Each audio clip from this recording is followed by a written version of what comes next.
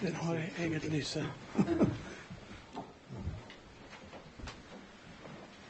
One advantage with the electronic notebook is that it's got its light built in.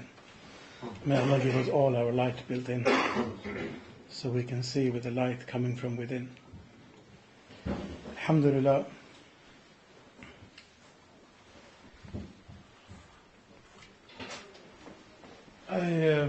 Alhamdulillah.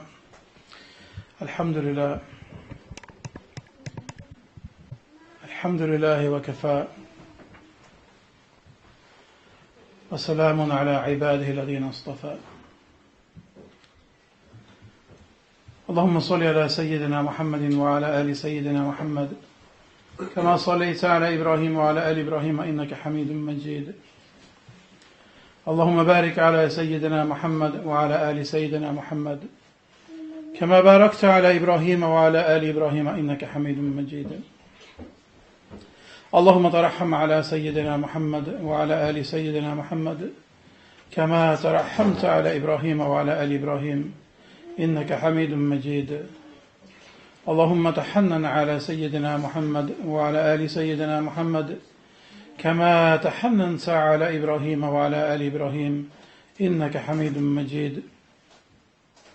اللهم يا ربي وسلم على سيدنا محمد وعلى آل سيدنا محمد كما سلمت على إبراهيم وعلى آل إبراهيم إنك حميد مجيد. مولاي صل وسلم دائما أبدا على حبيبك خير الخلق كلهم. My dear respected Shaykh, elders, brothers and sisters, Assalamu alaikum wa rahmatullahi wa barakatuh. Alhamdulillah, thumma alhamdulillah, thumma alhamdulillah ala ni'matil Islam. First of all, I want to thank Allah subhanahu wa ta'ala that He has given us this fantastic blessing, this gift of Islam, this gift of Iman, this gift of La ilaha illallah Muhammadur Rasulullah. That He has made it possible for us to get to know Him, and He has shown us through His beloved Messenger Muhammad Mustafa sallallahu alayhi wasallam the perfect way to lead our lives in this world. That way of life which will bring success and happiness both here upon earth and forever and ever in the hereafter. Never mind how much we thank Allah for this gift, it will never be enough. And the more we thank Allah, the more He will give us. Allah Jalla wa Ala has said Himself in the Holy Quran, وَلَئِن شَكَرْتُمْ لَأَزِيدَنَّكُمْ وَلَئِن كَفَرْتُمْ إِنَّ عَذَابِي لَشَدِيدٌ. That if you are grateful, I will give you more. And if you are ungrateful and deny my bounties and deny my existence, then beware that my punishment is also severe. I will start not really with a verse of the Quran or a hadith from the Prophet ﷺ, or indeed the words of any of our pious predecessors or any of the scholars of Islam, but the words of a British author whose relationship with Islam may have been rather complicated, I think. But it's a very famous saying, and it sort of has to do with the topic I am going to attempt to talk about this weekend. O East is East and West is West, and never the twain shall meet, till earth and sky stand presently at God's great judgment seat. But there is neither East or West, border nor breed nor birth, when two strong men stand face to face, though they come from the ends of the earth. This is the beginning of the Ballad of the East and West, or the Ballad of East and West by Rudyard Kipling. The ballad is really a story of a battle or a contest between a person representing the West, the son of a colonel, of a British colonel in British India, and the son of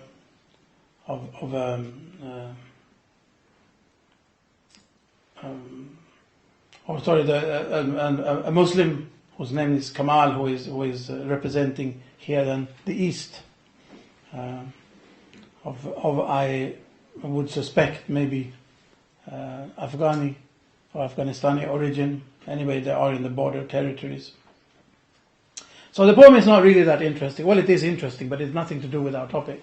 But because this saying has become so famous that East is East and West is West, and never the twain shall meet. What is this? What is the East and what is the West? What is this with the East and the West? And where are we in this? Are we of the East? Are we of the West? Or are we neither of the East or the West?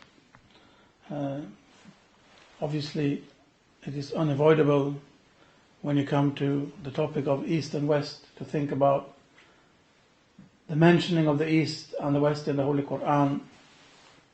There are several places. I found about 10 verses in the Holy Quran that talk about the East and the West. And this one is the most famous, I think.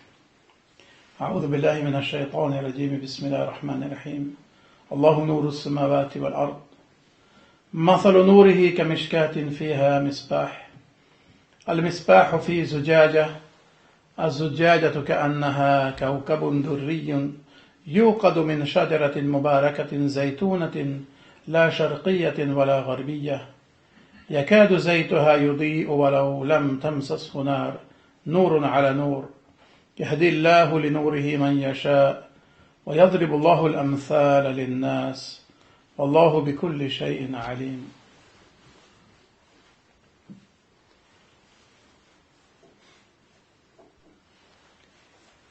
Allah is the light of the heavens and the earth.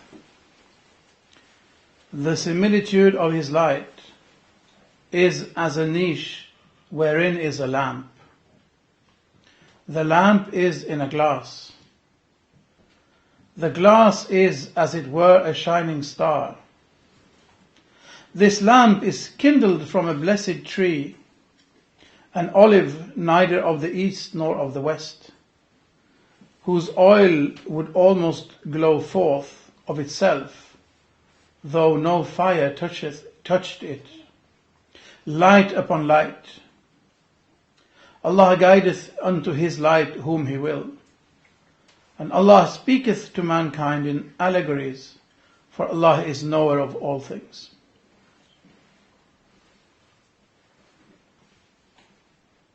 This is a very famous ayat an-Nur, the verse of light of Nur. And it has been explained and understood in many ways. And I will talk a little bit of this, inshallah, during this coming weekend and during the time we have here together, inshallah. I will just mention a few things about this thing, how this can be understood. And I think maybe Al-Hallaj can begin our journey into this ayat and into this verse. Because the lights of the heavens and the earth, it is the oneness of Allah subhanahu wa ta'ala. Allah subhanahu wa ta'ala, He will guide whom He chooses with this light. يَهْدِ اللَّهُ لِنُورِهِ مَنْ يَشَاءُ. Allah subhanahu wa ta'ala guides whom He wishes to this light.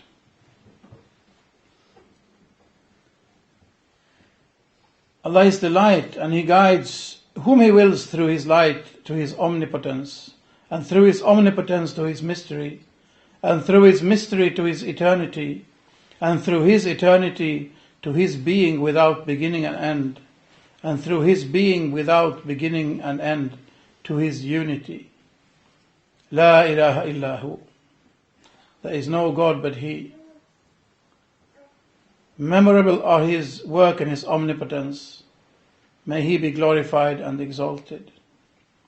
God grants increase in knowledge to whom He wills through His being professed as one and unique, through the exaltation of His station and unity, and through the glorification of His being Lord.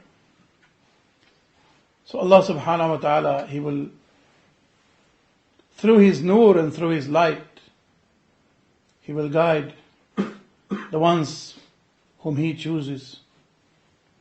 And it is only, we can really only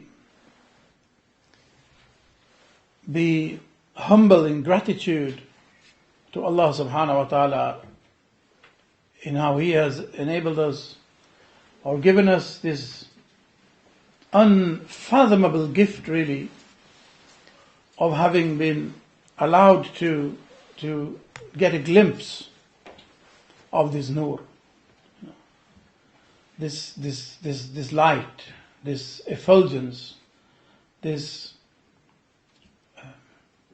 illuminating force.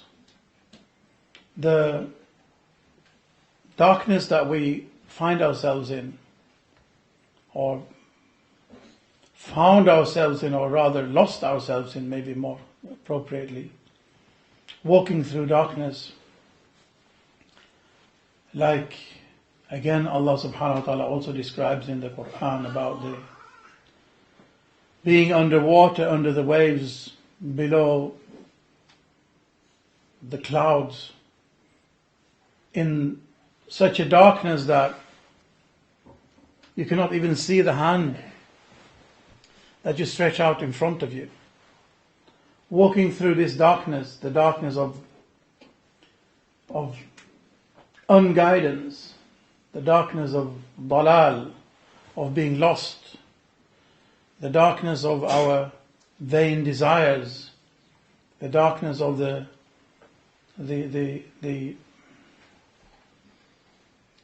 materialism that we found around us, the darkness of the ungodliness which we meet in our society.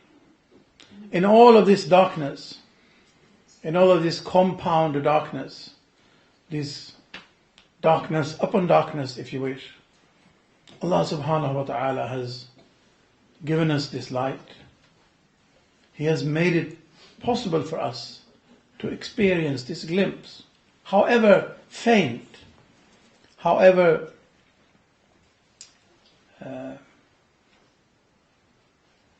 remote that we may find it. Still, this light is from the mercy and kindness and bounties of Allah subhanahu wa ta'ala, something that we have been able to experience.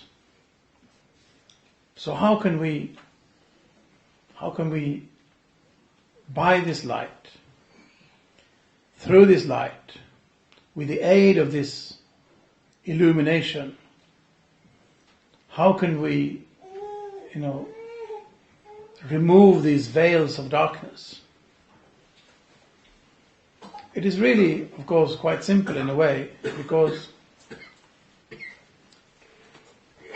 as so wisely has been said, the way to fight darkness, you can't fight darkness by attacking it or by trying to push it away, or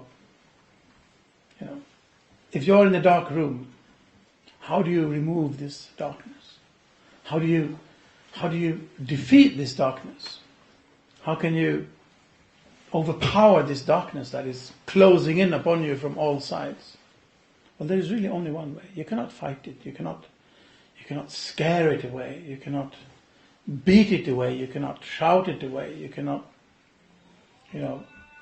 remove it by anger or hatred or any kind of force. But what you can do is to strike a match, light a candle.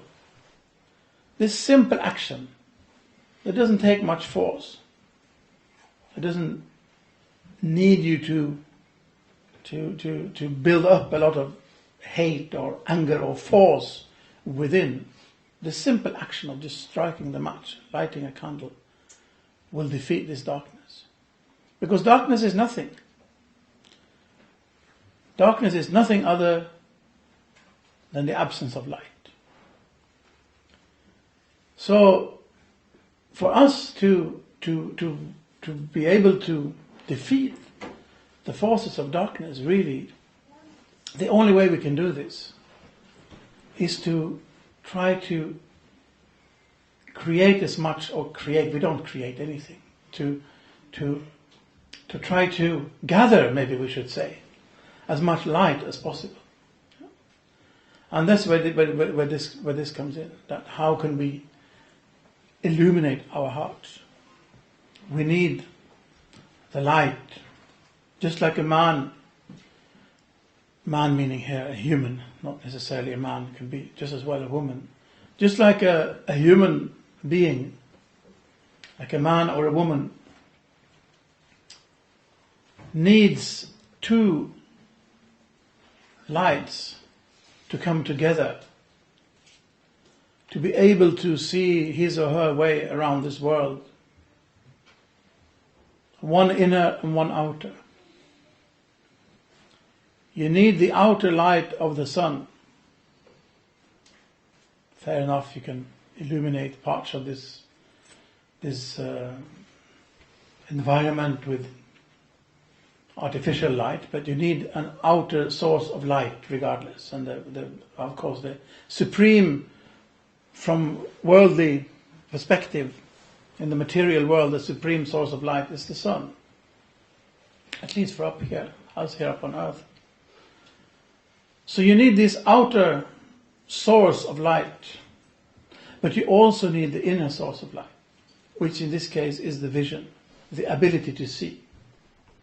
If you are blind, then it doesn't matter if it is day or night. You will not see any more by the light of the sun than you do in the darkness of the night. So in the same way, to find our way, which is really much more important,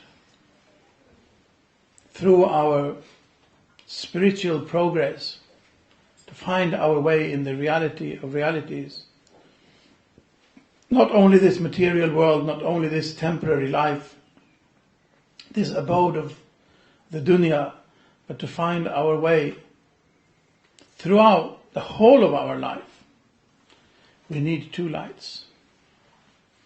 We need the outer light, which is the guidance of Allah subhanahu wa ta'ala that He has established and put there in plain view for all of mankind through the Quran, the example of the Prophet sallallahu alaihi wasallam, the guidance we find in Islam. But we also need this inner light.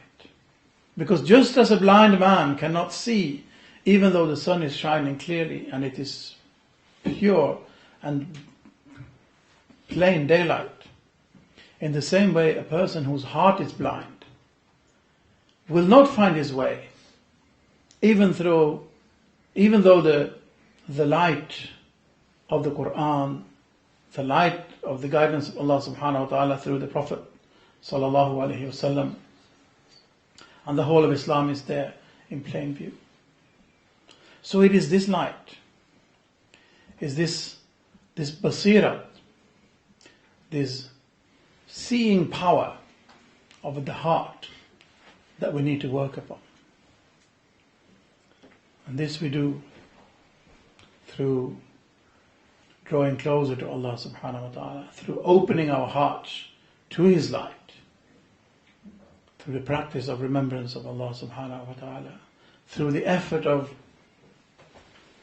bettering ourselves to work on our spiritual progress, to try to remove our lower qualities, the darkness within us, if you wish, and replace them with the excellence, as in the example of the Prophet sallallahu alaihi wasallam, of the good qualities.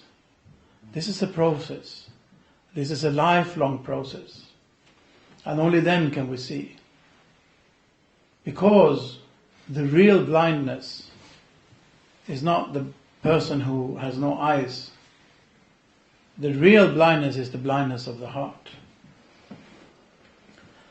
that hinders a person from seeing the guidance in the Quran and the guidance that Allah has given us through His Prophet sallallahu alaihi wasallam. So this is, in my humble and incomplete understanding and estimation, what it is all about. How can we remove the impairment of the vision of our hearts? I will not take any more of this time. I think, has anyone got to check on if Maghrib time has started yet? I think. I have got this electronic device, but actually it doesn't give the right time. 20:46 in Gothenburg, so it's about. And what the time now? 46. It is 46. 46. I will conclude here then, inshallah, and ask someone to, Brother Abdul Hadi, inshallah, to give the adhan. We'll pray Salat al-Maghrib, and then, inshallah, we'll listen to our honored guest, our estimated Shaykh, Hafifuddin.